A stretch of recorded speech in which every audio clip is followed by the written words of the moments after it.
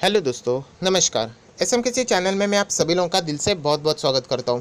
दोस्तों, आज के दिन की अगर मैं बात करूं तो सबसे कोई बड़ी ब्रेकिंग न्यूज़ अगर कोई रहेगी तो यही इसी कंपनी से रिलेटेड हो सकती है, जो कि अभी मैं आपके सामने यहाँ पे पेश करने वाला हूं। बट वापस यही कहना चाहूँगा दोस्तों, इस वीडियो में दो इंपॉर्टेंट न्यूज़ मैं यहाँ पे डिस्कस करने वाला हूँ। एक ऐसी न्यूज़ है जो कि इस कंपनी के लिए अच्छी नहीं है, एक ऐसी न्यूज़ है जो कि इस कंपनी के लिए बहुत ही अच्छी है। एंड यहाँ पे सबसे इंपॉर्टेंट बात, ये सिर्फ न्यूज़ जान के अपडेट रहे के मतलब नहीं है दोस्तों। इससे रिलेटेड कुछ चीज़ें हम लोगों ने पास्ट एक्सपीरियंस में भी सीखी है।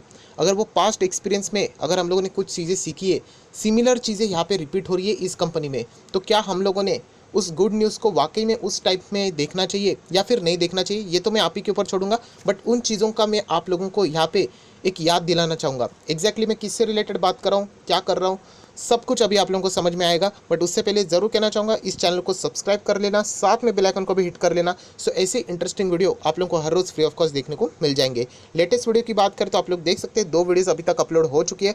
दोनों वीडियो की लिंक आप लोगों को नीचे डिस्क्रिप्शन बॉक्स में मिल जाएगी। एंड उसी के साथ साथ फ्री स्टॉक मार्केट क्लासेस, इस चैनल को ज़रूर सब्सक्राइब कर लेना, क्योंकि कल सैटरडे 10:30 बजे इधर ज़बरदस्त एक वीडियो आने वाला है, जहाँ पे मैं आप लोगों को यहाँ पे बताने वाला हूँ कि स्टॉक मार्केट में अगर आपको वाकई में अगर गजब का पैसा कमाना है तो यहाँ पे कुछ 10 नियम है। एटलीस्ट वो नियम मैं खुद फॉलो करता हूँ। एंड जो लोग मेरे से जुड़े हुए हैं उन लोगों को पता है कि कुछ हद तक हम लोग सही भी जाते हैं। हम लोग हमेशा लॉन्ग टर्म की बात करते हैं, तो कैसे यहाँ पे अच्छा खासा पैसा कमाया जाए, तो यहाँ पे वॉरेन बफे जी ने कुछ नियम बताए दोस्तों। कुछ लोग क्या करते हैं, सिर्फ वो सुन के छोड़ देते हैं, ऐसा नहीं। इम्प्लीमेंटेशन कितना इंपॉर्टेंट रहता है वो भी मैं आप लोगों को बताऊंगा। एंड उससे क्या गजब के पैसे बनते हैं वो भी मैं आप लोगों को यहाँ पे बताने वाला हूँ। तो कल सुबह 10:30 बजे इस चैनल के ऊपर पहुँच जाना। आप लोगों को ये सारे फ्री ऑफ कॉस्ट में ये वीडियो देखने को मिलने वाला है। दोस्तों, अभी हम लोग आ चुके हैं बिल्कुल हमारे नॉर्मल स्क्रीन के ऊपर। मैं वापस रिक्वेस्ट ज़रूर करना चाहूँगा कि सिर्फ कंपनी का नाम देख के हम लोग यही सोचते कि अरे हटा दो इस कंपनी को, हमारे पोर्टफोलियो में नहीं। ऐसा नहीं दोस्तों, कभी भी आपके कंपनी के साथ भी, आपके स्टॉक के साथ भी कभी भी ऐसी चीज़ें आ सकती है। तो पहले तो हम लोग बात कर लेते कि किस कंपनी की यहाँ पे मैं बात कर रहा हूँ, वोडाफोन आइडिया। यस दोस्तों, वोडाफोन आइडिया से रिलेटेड दो ब्रेकिंग न्यूज़ है जो कि हम लोग को कवर करनी है। एक न्यूज़ ऐसी है जो कि हम लोग को कल लेट नाइट ही सामने आ चुकी थी, एंड एक ब्रेकिंग न्यूज़ ऐसी है जो कि अभी अभी हमारे सामने यहाँ पे आ चुकी है। बट इसमें जैसे मैंने कहा कि सिर्फ न्यूज़ देख के कोई मतलब नहीं है, उसके पीछे की कुछ इंपॉर्टेंट बातें हैं, वो अगर हम लोग मिस आउट करेंगे तो शायद से आप लोग यहाँ पे बहुत बड़ी इंपॉर्टेंट चीज़ों को मिस कर सकते हैं। सबसे पहले वोडाफोन आइडिया, आप सभी लोग पता है यहाँ पे रिटेल निवेशक एंड ऑपरेटर बहुत ज़्यादा एक्टिव हो चुके हैं। एंड आप सभी लोग पता है इसकी जो बात सबसे हटके इसलिए क्योंकि ये एफएनओ वाला स्टॉक है। यस, अभी भी आप देखोगे एफएनओ में आप लोगों को ये स्क्रिप्ट देखने को मिल जाती है, ऑप्शन में भी ये स्टॉक आप लोगों को देखने को मिल जाता है। फिलहाल 12 रुपये के आसपास है। आज के दिन की अगर हम लोग बात करें तो सिर्फ 3% के आसपास डाउन देखने को मिल रहा है। एंड अगर हम लोग चार्ट पैटर्न भी देखें तो बिल्कुल एक नॉर्मल वेज पैटर्न में यहाँ पे चल रहा था। मतलब आज वोडाफोन आइडिया एक बहुत बड़े न्यूज़ का इंतज़ार कर रहा था, जो कि अभी हम लोग को बाजार क्लोज होते हुए देखने को मिल रही है। सो एग्जैक्टली न्यूज़ क्या है, सारी चीज़ें हम लोग यहाँ पे देखने वाले, जिसको हम लोग गुड न्यूज़ यहाँ पे कह सकते हैं। बट बैड न्यूज़ को सबसे पहले हम लोग कवर कर लेते हैं। तो बैड न्यूज़ दोस्तों आपके सामने यहाँ पे मैं लेके आना चाहूँगा, आप लोग यहाँ पे पढ़ सकते हो कि Vodafone idea said on Thursday, मतलब गुरुवार के दिन, कल के ही दिन उन्होंने यहाँ पे बोल दिया, it's board had no investment proposal to consider from US various carrier, जिसके बारे में हम लोगों ने कल ही एक न्यूज़ कवर कर ली थी कि ये वायरलेस कैरियर वेरिजॉन कम्युनिकेशन, उसी के साथ साथ Amazon.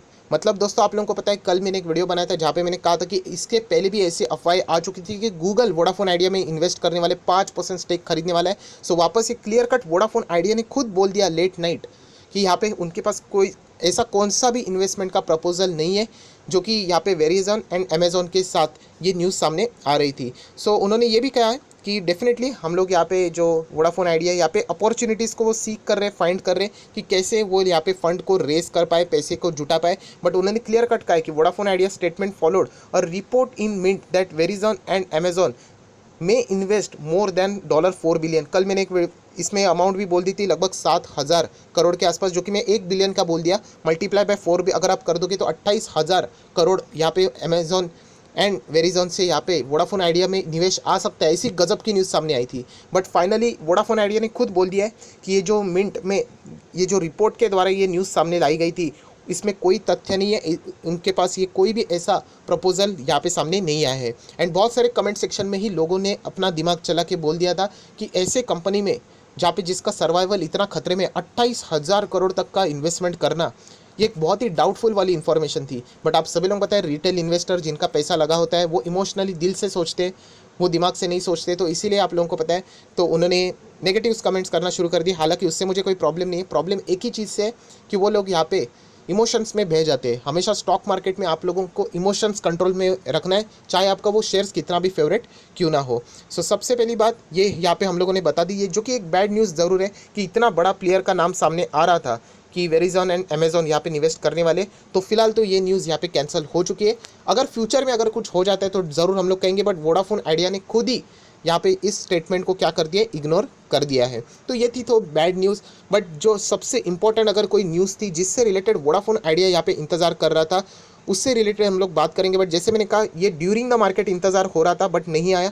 So after the market ये न्यूज़ फाइनली सबके सामने आ चुकी है। सो इस न्यूज़ के चलते कितने लोगों को कॉन्फिडेंस था वो भी देख लेते हैं। जो हम लोगों को एनएससी के ऑफिशियल वेबसाइट यहाँ पे वोडाफोन आइडिया की जो डिलीवरी परसेंटेज है उससे हम लोग को अंदाज़ा आ जाएगा। सो 23% के आसपास डिलीवरीज यहाँ पे उठाई गई थी। सो ये लोग बहुत ज़्यादा कॉन्फिडेंस थे कि यहाँ पे ये न्यूज़ वोडाफोन आइडिया के फेवर में आ सकती है। कौन सी न्यूज़, किस बात की मैं यहाँ पे बात कर रहा हूँ, तो चलिए उसी न्यूज़ के ऊपर आ जाते हैं।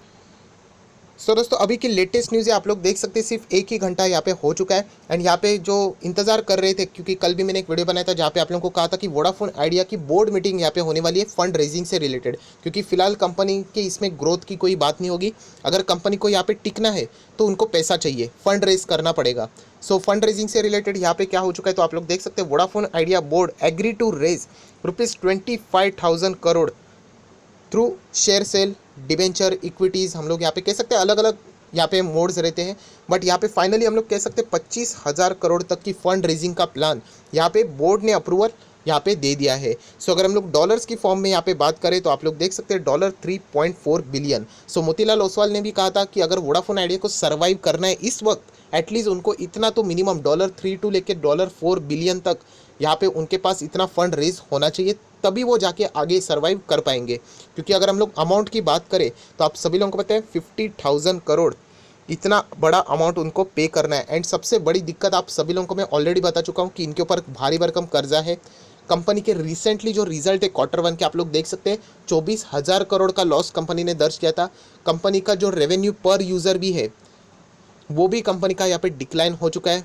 तो ऐसी स्थिति में फाइट करना ये बहुत ज़्यादा डिफिकल्ट हो सकता है। तो कंपनी के लिए फंड रेजिंग ये बहुत ही इंपॉर्टेंट है। बट जैसे मैंने कहा कि रिटेल इन्वेस्टर इतना ही न्यूज़ देख के बहुत ज़्यादा खुश हो जाएंगे। कंपनी के इसमें शेयर प्राइस में जंप तो होना चाहिए एक नॉर्मल, इसमें अगर हम लोग बात करें कोई इसमें डाउट नहीं, संदेह नहीं है कि शेयर प्राइस में जंप हो सकेगा।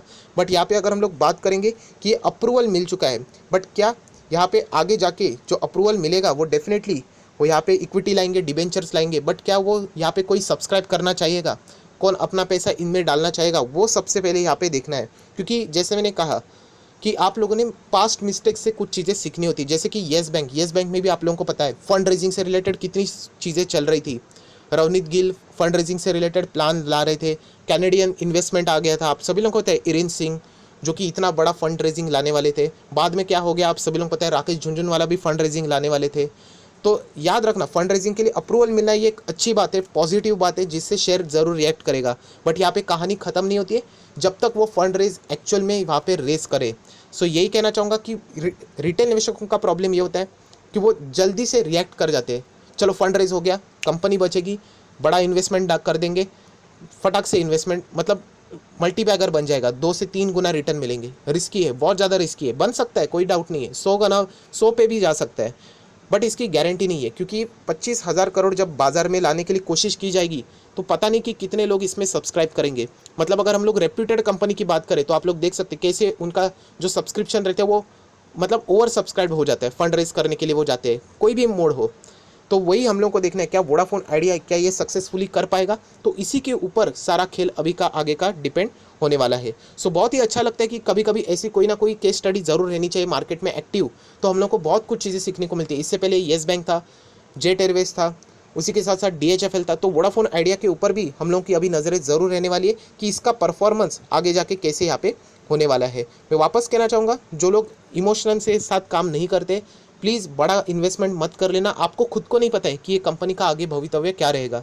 अगर आप लोग बहुत बड़ा इन्वेस्टमेंट करोगे एंड वो इवन तो पैसा बन भी जाता है ना, बिलीव मी आप लोगों का वो पैसा आगे जाके कभी ना कभी चला ही जाएगा, क्योंकि आपके दिमाग में वो बातें फिट हो जाएगी कि ऐसे ही कंपनी को ढूंढने शुरू कर दो जो स्ट्रगल कर रही है, तो ऐसे कंपनी में आप इन्वेस्ट करना शुरू कर दो एंड बाद में यहाँ पे फंस सकते हो। पर्सनल एक्सपीरियंस से मैं बता रहा हूँ, बहुत सारे लोगों को मैं देख चुका हूँ।